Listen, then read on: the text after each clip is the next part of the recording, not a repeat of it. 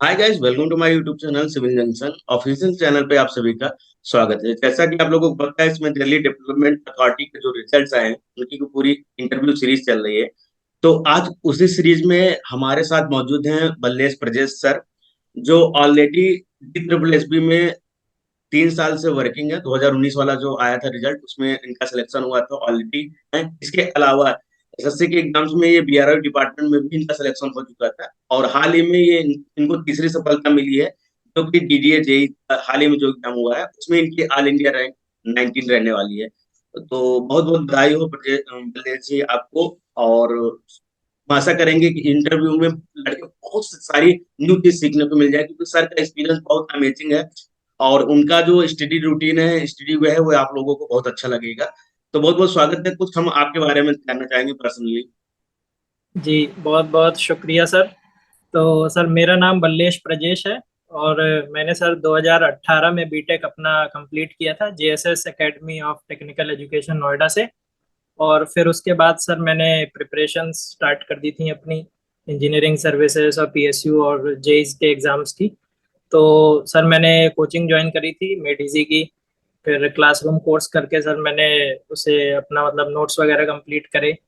फिर उसके बाद सर 2019 में सर DSSB का एक एग्जाम होता है, दिल्ली कराता है। फिर उसमें सर मैंने टीयर 1 दिया 2019 में, जिसमें मेरा सिलेक्शन हुआ। फिर उसके बाद सर फिर लॉकडाउन आ गया, फिर हम सब अपने अपने घर में बैठ गए। तो 2020 का सर जो इंजीनियरिंग सर्विसेज का प्रीलिम्स का एग्ज़ाम था वो भी मैंने दिया। उसमें सर मेरा प्रीलिम्स क्लियर हुआ। फिर मैं मेंस की तैयारी करने के लिए वही घर पे जाके बैठ गया। फिर ये लॉकडाउन एक्सटेंड होता रहा होता रहा होता रहा, और तैयारी सर घर से ही चलती रही। फिर तो सर मैंने ऑनलाइन इधर उधर रिसोर्सेज ढूंढे, क्योंकि सर जब मैं घर गया था तो मेरे पास कुछ रिसोर्सेज थी नहीं, मैं दिल्ली में ही रहता था। और फिर घर गया तो मेरे हाथ में कुछ था नहीं कि मैं कुछ किताब विताब से पढ़ लूँ। तो सर मैंने ऑनलाइन फिर टेलीग्राम वगैरह में अपना इधर उधर हाथ पैर मारना शुरू किया। तो मैं सिविल जंक्शन चैनल से भी जुड़ा, और भी बहुत सारे ऑनलाइन सूत्रों से जुड़ा, और वहाँ से पढ़ना स्टार्ट किया मैंने। फिर सर मैंने 2020 का मेंस लिखा इंजीनियरिंग सर्विसेज का, उसमें सर मेरा नहीं हुआ। फिर उसके बाद सर ऐसे ही फिर तैयारी चालू रखी मैंने। और तैयारी के दौरान में सर मैं तीन चीज़ें ही करता था मोस्टली। कोई सा भी एग्ज़ाम आता था तो मैं तीन चीज़ों पे ही फोकस करता था। एक तो सर मेरे जो नोट्स लिखे हुए हैं, मैं उनको पढ़ता था अच्छे से। और उन्हीं नोट्स को डिराइव करके मैंने सर शॉर्ट नोट्स बनाए हुए थे। तो जैसे भी कोई भी एग्ज़ाम आने वाला होता था, तो उस एग्ज़ाम के आने से एक महीने पहले मैं उन शॉर्ट नोट्स को अच्छे से पढ़ना स्टार्ट कर देता था, पॉइंट टू पॉइंट। उसमें जैसा भी एग्जाम हो सर, अगर ऑब्जेक्टिव एग्जाम है तो उसमें ज़्यादातर फॉर्मूले वॉर्मूले आएंगे। तो मैं उस समय क्या करता था सर कि जो न्यूमेरिकल सॉल्विंग स्किल्स वाले जो क्वेश्चंस हैं उनको थोड़ा सा पॉज कर देता था, और फॉर्मूलेज वाले जो मैंने शॉर्ट नोट्स बनाए उस पे थोड़ा ज़्यादा ध्यान देने लगता था आखिरी के 10-15 दिन में। तो ऐसे करके सर मैं तैयारी करता था, और जो भी एग्ज़ाम आते थे मैं उनको फिर अटेम्प्ट करता था। और उसमें सर भगवान की दया से काफ़ी मतलब जो एग्ज़ाम दिए हैं उसमें मेरा अच्छा ही हुआ है सर। और फिर ऐसे ही सर तैयारी चालू ही रखी मैंने। फिर उसके बाद सर 2021 में मैंने टीयर 2 दिया DSSB का, और उसमें सर मेरा सिलेक्शन हो गया। उसी के बीच में सर यूपी एई का भी एक एग्ज़ाम होता है, यूपी असिस्टेंट इंजीनियर का। उसको भी सर मैंने दिया था। तो उसमें भी मेरा सिलेक्शन हुआ था इंटरव्यू के लिए, बट फाइनल सर मेरा नहीं हो पाया उसमें। इंटरव्यू मैंने दिया था बट मेरा हो नहीं पाया उसमें, कुछ 12-15 मार्क्स से रह गया। फिर उसके बाद सर ये मेरी ज्वाइनिंग आ गई इसमें DSSB में, तो मैं आ गया इसमें काम करने लग गया। फिर सर जॉब जैसे हो जाती है तो आपके पास टाइम उतना बचता नहीं है। तो सर नए नए तरीके फिर मैंने निकाले सर कि मोबाइल से पढ़ने का। जैसे आप ट्रैवलिंग कर रहे हैं, मेट्रो में बैठे हुए हैं, आपके पास फ्री टाइम है तो आप पढ़ लो। टेस्ट सीरीज के कुछ क्वेश्चंस उनके स्क्रीनशॉट ले लिए, उनको देखता रहता था। जो टफ टफ क्वेश्चंस हैं उनको देखता रहता था कि कैसे होता है ये वो। और कुछ कागज में लिख लिया या उसकी फोटो खींच ली, उनको देखता रहता था फ्री टाइम में। तो सर ऐसे ही तैयारी चलती रहती थी। और फिर डीडीए का ये था सर कि मैं 2018 में सर मैं बीटेक किया हुआ था, तो तब डीडीए में बीटेक अलाउड नहीं था, तो वो मैं दे नहीं पाया था। तो उसके बाद सर इस वाले एग्जाम में बीटेक अलाउड कर दिया। तो सर डीडीए काफ़ी अच्छा डिपार्टमेंट है, सेंट्रल गवर्नमेंट की जॉब है। तो सर मैंने इसका फॉर्म भरा और फिर इसमें इसकी तैयारी के लिए भी सर मैंने वही 3 स्टेप्स ही करे। सर इसमें मैं एक चीज़ और ऐड करना चाहूँगा कि जैसे कोई भी एग्ज़ाम होता है तो हर एग्ज़ाम का सर एक अलग अलग चीज़ होती है, मतलब अलग तरीका होता है प्रिपेयर करने का। जैसे आप एसएससी जेई ले लो या स्टेट जेई ले लो या स्टेट एई ले लो, तो कुछ मतलब सर ऐसा नहीं होता कि हमें सब कुछ पढ़ना है, कि हमें सारा सब कुछ पढ़ना है, ये भी पढ़ना वो भी पढ़ना है, ये कोर्स सारे आईएएस कोर्स पढ़ लें या ये पढ़ लें वो पढ़ लें। सर मेरा वीक सब्जेक्ट हमेशा से आरसीसी और स्टील रहा है, तो बहुत ही बड़ा सब्जेक्ट है ये, और सर ये मेरा वीक है, अभी भी वीक है, मैं अभी भी इस पे काम कर रहा हूँ।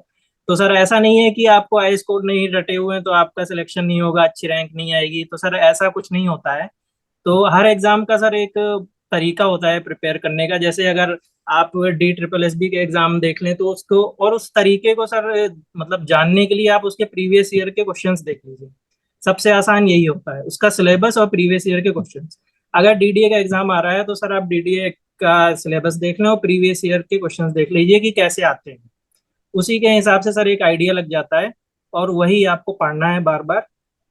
और सर एक चीज मैं और ऐड करना चाहूंगा, जो मतलब स्टूडेंट्स देख रहे हैं तो उनको फायदा होगा इस चीज से, कि अगर सर किसी भी एग्जाम में अगर 1/4 नेगेटिव मार्किंग है या 1/3 नेगेटिव मार्किंग है, ज्यादातर सर 1/4 रहती है, तो 1/4 नेगेटिव मार्किंग में सर जितना नेगेटिव मार्किंग कम है उतना ज्यादा हमें रिस्क बढ़ा देना चाहिए एग्जाम में।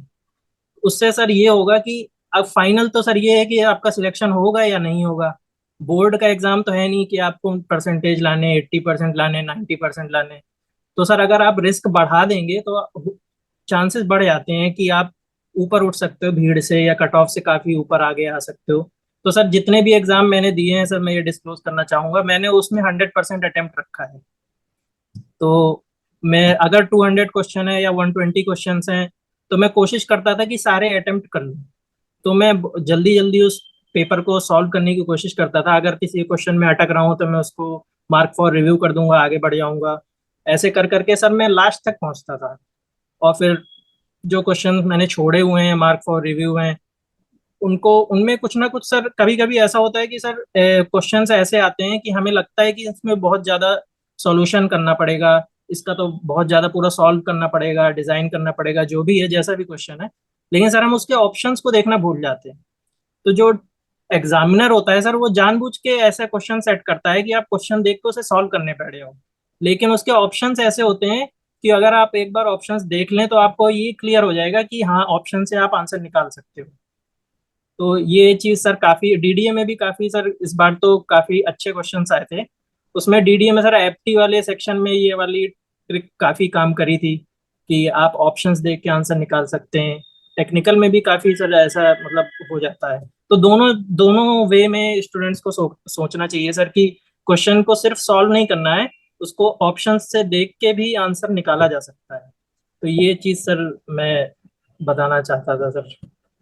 ऐसा ही अभी एग्जाम रिसेंटली हुआ है, एनएसपीसी का हुआ है जे वाले बच्चों जी का, तो जी उसमें भी बच्चों जी का जी रिस्पॉन्स सही था।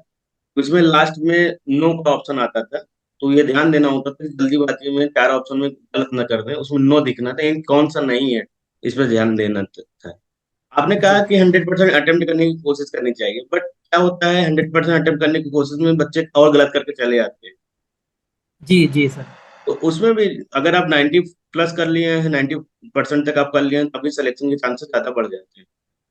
जी जी सर, मतलब मैं ये नहीं कह रहा हूँ सर कि अगर 100 क्वेश्चन है तो आप 100 ही करके आए। मतलब कोशिश ये रहे कि 100 को आप देख लें एक बार, 100 तक आप एक बार पहुंच जाएं। और आप कोशिश करें कि आप मैक्सिमम अटेम्प्ट कर पाएं। तो अब कुछ क्वेश्चन है सर जिसमें कुछ भी नहीं आता है आपको, तो आप सर प्योर तुक्का, जो हमारी लैंग्वेज में बोलते हैं तुक्का जो बोलते हैं ना, उससे सर प्योर तुक्का लगाने का कोई तुक नहीं बैठता है। सर इसको एज ए गेस ले सकते हैं, इंटेलिजेंट गेस लगा सकते हैं आप कि 2 ऑप्शन आपने एलिमिनेट कर लिए, 2 बच रहे हैं, तो उन 2 में 50-50 कर सकते हैं, ऐसे करके हो सकता है सर। 50-50 वालों पर दीजिएगा ध्यान। अगर आप ये पता है कि 2 ऑप्शन नहीं होंगे, बाकी दो में जी 50-50 का चांस, यहाँ रिस्क ले सकते जी हैं। इसमें जो रिस्क लेगा उसी का सिलेक्शन होना है। जी जी जी जी जी, ऐसा पक्का नहीं है सर कि हो ही जाएगा, लेकिन चांसेस चांसेस बढ़ बढ़ जाते जाते हैं, चांसेस बढ़ जाते हैं। जी। और सर रिस्क तो लेना पड़ेगा सर, क्योंकि इतना कंपटीशन है सर। अभी भी रिजल्ट में देखें अगर आप, तो पॉइंट के 4 डिजिट में भी इतने बच्चे आ जाते हैं बीच में। तो सर ये थोड़ा सा मतलब, और फिर सर नॉर्मलाइजेशन में भी थोड़ी हेल्प मिल जाती है इसमें, अगर आप ऐसा करें तो। ये रिवीजन पर्पज के लिए अगर आप बताना चाहें बच्चों को, रिवीजन, सब्जेक्ट रिवीजन सबसे बड़ी बात होती है, तो उस पे जी क्या आपने ट्रिक अपनाया कि कैसे रिवाइज करते थे सब्जेक्ट को? सर, रिवीजन के लिए ऐसा होता है सर कि जब भी हम आप नया सब्जेक्ट पढ़ते हैं, जैसे हम मान लीजिए ऑनलाइन देख रहे हैं, ज्यादा आजकल तो ऑनलाइन का जमाना हो गया है, आप ऑनलाइन कोई सब्जेक्ट देख रहे हैं, तो आप ऐसा करेंगे, आप उनके नोट्स बना लेंगे, और उसके जैसे सब्जेक्ट खत्म होता है तो आपको ये लगता है कि मुझे ये सब्जेक्ट पूरा समझ में आ गया और मुझे ये भूलेगा नहीं। उस चक्कर में हम क्या करते हैं, कॉन्फिडेंस के चक्कर में उस कॉपी को बंद करके साइड में रख देते हैं। तो सर ये चीज, ये गलती मैं भी करता हूँ, मतलब करता आ रहा था, फिर अब मैंने थोड़ा सुधारी है।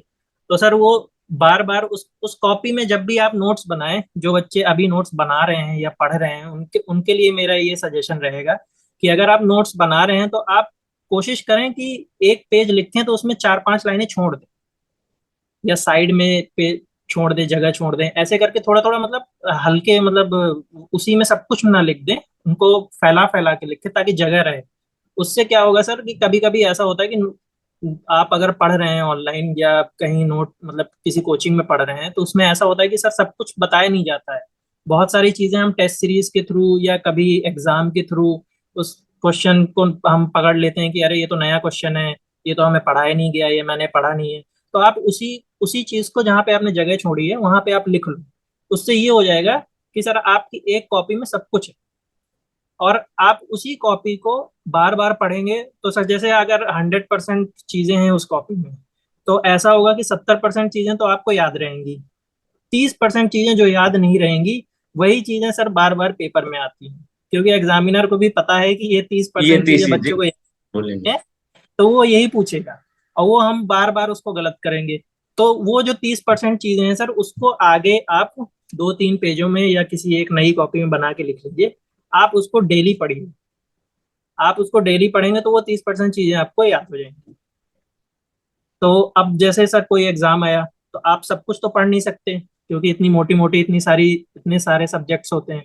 तो आप क्या करिए, वो 70% चीजें तो आपको याद ही रहेंगी, तो वो जो 30% बचा हुआ है आप उसको एक बार रिवाइज कर लीजिए।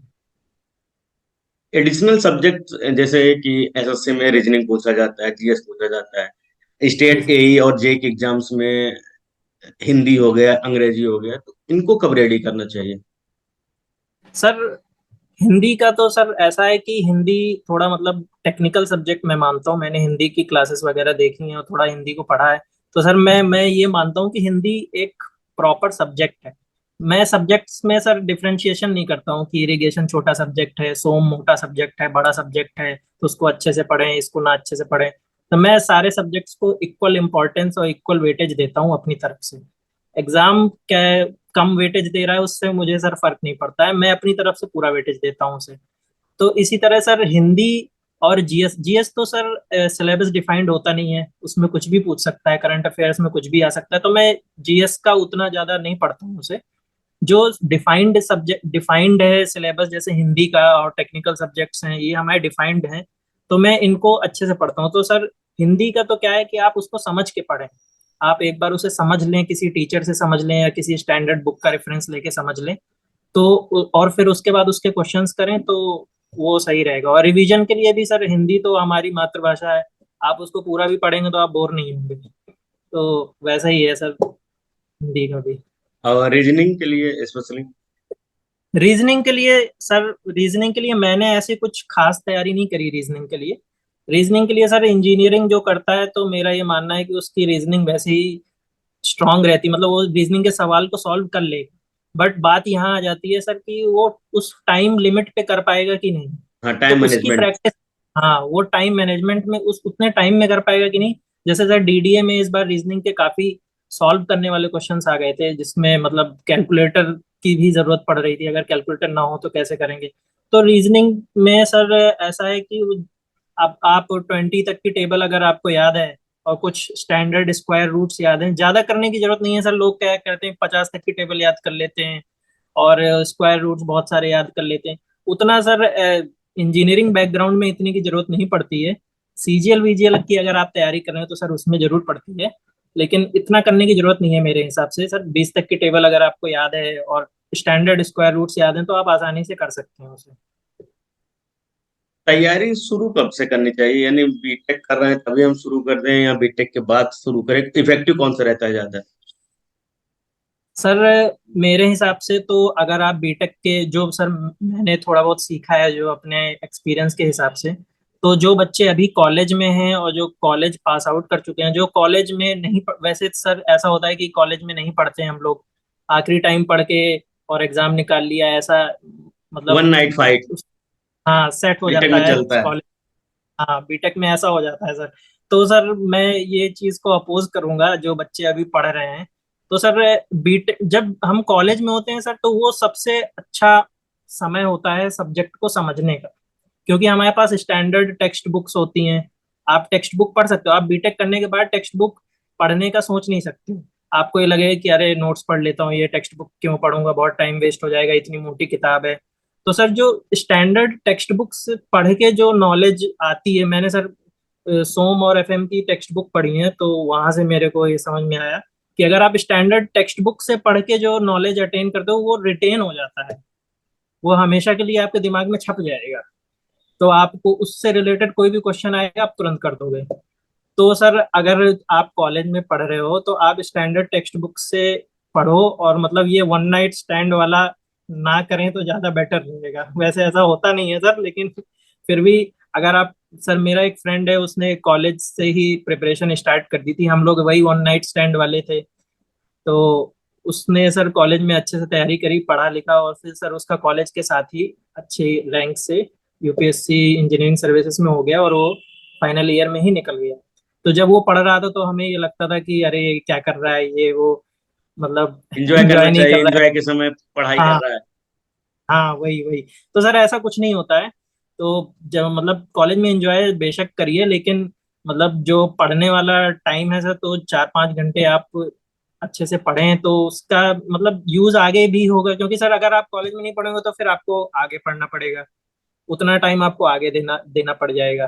तो कॉलेज में ही अगर आप पढ़ लो तो फिर आप जल्दी अचीव हो जाए, अगर आपसे मतलब एग्जाम वगैरह निकल जाए तो फिर आगे की जो जवानी के साल होते हैं वो आप एंजॉय कर सकते हैं, ऐसा हो जाता है सर। तो जो कॉलेज में बेशक पढ़ना। जो बच्चे अभी कॉलेज गोइंग हैं, चाहे सेकंड ईयर हो, फर्स्ट ईयर, थर्ड ईयर, जिसमें भी हो, जितना पार्ट सर ने अभी बताया है इसको रिवाइंड करिएगा, फिर से सुनिएगा सर ने क्या कहा। 3 से 4 बार सुनिएगा, क्योंकि ये जो चीजें हैं ये आपको 4 साल बाद जाके समझ में आएंगी कि मुझे ये सब चीजें कर लेनी चाहिए थी, इसलिए मैं इस बात पे फोकस कर रहा हूँ। सर ने जो कहा है उसे फिर से रिवाइंड करिए, बैठ जाइए, फिर से पूरी बात सुनिए। जो कॉलेज गोइंग है या जस्ट अभी पास आउट हुए, क्योंकि आपके पास अभी भी वो स्टेमिना है कि आप टेक्स्ट बुक उठा के पढ़ सकते हैं, अपनी किताबें उठा के पढ़ सकते हैं, जो जस्ट अभी पास आउट हुए। 1 साल बीत जाने के बाद फिर आप नहीं पढ़ पाएंगे, क्योंकि वो फिर आपको लगेगा नहीं यार इसमें ज्यादा टाइम मिल जाएगा, मैं किन्हीं टीचर की नोट्स उठा के पढ़ लेता हूँ, ये सब्जेक्ट कवर हो जाएगा, सिलेक्शन तो आपको तभी हो जाएगा। लेकिन जो नॉलेज रिटेन रह जाएगा दिमाग में, क्योंकि अभी आप तैयारी कर लोगे नोट्स उठा के, आपका सिलेक्शन तो हो जाएगा, 6 महीने बाद फिर से भूल जाओगे सब्जेक्ट।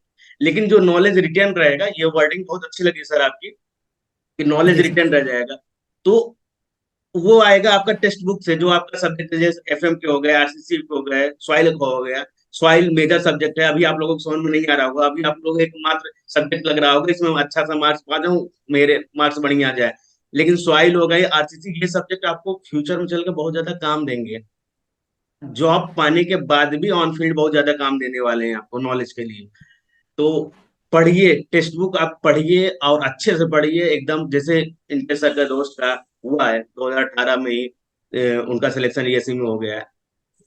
अब हम जी थोड़ा सर। सा क्वेश्चन पूछेंगे सर, कि जो आपका इसमें जॉब प्रोफाइल है, आप जॉब भी कर रहे हैं, उसके साथ साथ आपने डीटी की तैयारी भी की, तो ये पॉसिबल होता है कि टाइम मिल जाता हो पढ़ने के लिए इतना सारा, और भी अच्छी खासी रैंक लेना, टॉप 20 में आपका नाम आए? तो कितना मेहनत लगता है सर, कितने घंटे आप जॉब के अलावा स्टडी कर रहे थे? सर टाइम मैनेजमेंट तो करना पड़ता है सर, क्योंकि जॉब आवर्स तो 9:30 to 6 रहते हैं, फिक्स रहता है। तो उसमें और कभी काम ज़्यादा आ जाए तो फिर देर तक भी बैठना पड़ता है। लेकिन सर ऐसा रहता है कि सैटरडे संडे की छुट्टी रहती है, तो सब जो भी जॉब में है सर वो ये कोशिश करते हैं कि फ्राइडे को हम चले जाएं कहीं घूमने या कुछ मतलब पार्टी वगैरह कर ले। तो सर ऐसा मेरा बिल्कुल भी नहीं रहता, तो मैं सैटरडे संडे का ही इंतजार करता हूँ कि मैं प्लान कर लेता हूँ कि मेरे को पूरे दिन में क्या क्या करना है सैटरडे और संडे के दिन। तो मैं उसी हिसाब से सर फिर पूरा पढ़ता हूँ। और सर 6-7 बजे तक मैं फ्री हो जाता हूँ, तो मैं अपना 8-9 बजे तक आके अपना रूम पे खाना वाना खा के फिर मैं पढ़ने के लिए बैठ जाता हूँ सर। तो मैं 1-2 बजे तक पढ़ता हूँ। ये मेरा सर डेली का रूटीन रहा है कुछ सालों से, जब से मेरी जॉब लगी है तब से ही। और जब एग्जाम ज्यादा मतलब नजदीक आ जाता है तो फिर मैं इसको और बढ़ा देता हूँ, छुट्टी वगैरह ले लेता हूँ, जो EL CL जो होती हैं उनको अवेल कर लेता हूँ जब एग्जाम बिल्कुल नजदीक आ जाता है तो।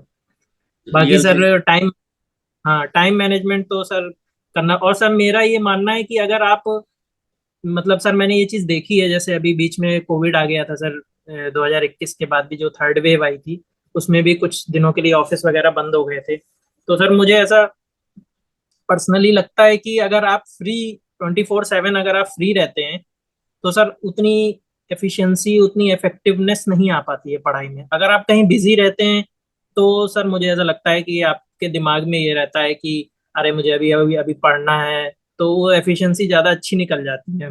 मेरा ये मानना है। जैसे सर जब कॉलेज में हम लोग एग्जाम आ जाते हैं, सेमेस्टर एग्जाम आ जाते हैं, तो एक रात पहले इतना ज़्यादा पढ़ लेते हैं कि मतलब ये लगता है कि इतना कैसे पढ़ लिए हम लोग, क्योंकि उस समय प्रेशर रहता है। तो वही सेम चीज़ है सर, अगर नॉलेज आपके ऊपर एफिशिएंसी उसमें बहुत बढ़ जाती है, 27 बढ़ गुना तक जाती हो है। जाती है।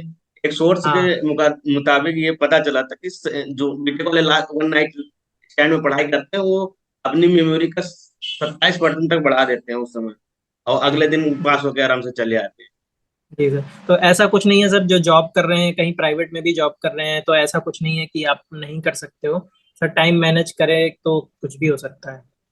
चलिए सर, इंटरव्यू तो और लेने का मेरा मन था, बट क्या जी है सर। कि अभी हमारा जो इसमें सेटअप बना वो गांव में है, लाइट यहाँ पे थोड़ी सी प्रॉब्लम चल रही है, अच्छा इन्वर्टर अब ठीक है। टूं टूं करके जवाब दे रहा है। जब बंद होने वाला ठीक था है ठीक इन्वर्टर है। जवाब देता है, तो इंटरनेट भी बंद हो जाएगा। तो मैं सोच रहा हूँ जी अभी के सर। लिए इतना रख लेते हैं, फिर कभी और भी इनवाइट किया जाएगा। आप लोग कमेंट करिएगा, सर से और भी बातें करनी है, बट अगर और बातें करेंगे तो कोई बात रिकॉर्ड नहीं हो पाएगी फिर। थोड़ा जी मजबूरी समझिए, हम जल्द ही और अच्छा सेटअप बनाएंगे जिससे और भी अच्छे अच्छे। और सर मुझे पर्सनली बहुत अच्छा लगा आपके साथ इंटरव्यू जी करके, और कन्वर्सेशन जो हुई वो बच्चों को तो बहुत पसंद आई। आप लोग 2 से 3 बार इंटरव्यू देखिएगा, बहुत हाई लेवल की चीज सर ने बताया है। जब तक आप 2-3 बार देखेंगे तब आपको चीजें वो जाके पॉइंट आउट समझ में आएंगी। और बहुत बहुत बधाई हो सर। तो जल्द ही आपको और भी जो आपके अगला टारगेट आपका ईएस है या स्टेट की जी एग्जाम्स का टारगेट है वो भी जल्दी जी कंप्लीट होगा। हमारी तरफ से, हमारी जी पूरी टीम की तरफ से, जो व्यूअर्स देख रहे हैं उनकी तरफ से बहुत बहुत बधाई हो सर। जी शुक्रिया सर, बहुत बहुत।